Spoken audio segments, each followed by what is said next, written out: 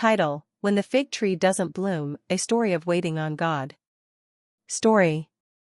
In the quiet village of Kedem, nestled between green hills and golden fields, lived a woman named Eliana.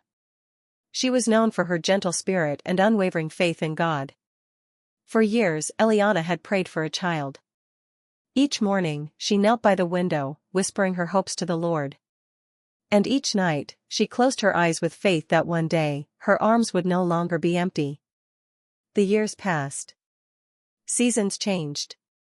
Friends had children and moved on with their lives. Whispers began to follow her. Perhaps God has forgotten her, some said.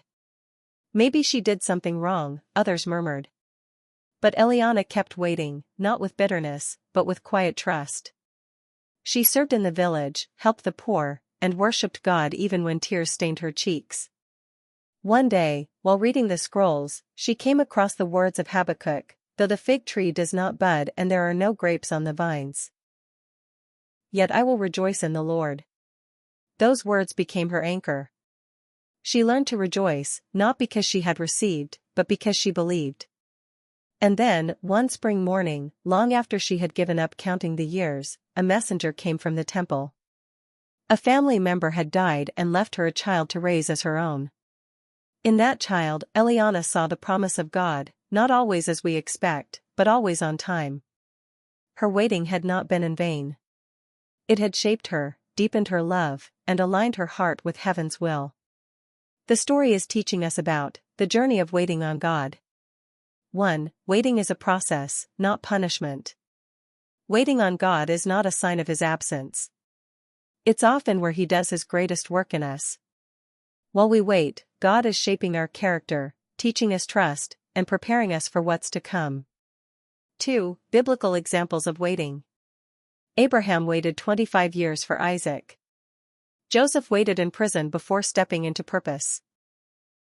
David was anointed king but waited years to sit on the throne. Jesus waited 30 years before beginning His ministry. All of these teach us that delay is not denial, it's divine preparation. 3. What to do while you wait. Pray continually, 1 Thessalonians 5 verse 17. Serve faithfully where you are, Luke 16 verse 10. Hold on to the word, let Scripture strengthen your faith, Romans 10 verse 17. Rejoice in the Lord even when the answer hasn't come, Habakkuk 3 verses 17 to 18. 4. God works in the waiting. Isaiah 40 verse 31 says, "But they that wait upon the Lord shall renew their strength." Waiting can feel like standing still, but in God's eyes, it's where strength is renewed, vision is refined, and faith is reinforced. Here is to encouragement you. Waiting on God is not wasted time, it is sacred time. It teaches you that God is not just the giver of the promise, but He is the promise. And in the fullness of time, He will come through, not a moment too late, not a second too early. What is it you are hoping and waiting on God for? Keep trusting. It builds who you are. God is doing more than you see. There's purpose in every pause. You're not forgotten. God sees you. Tag a friend who's in a waiting season.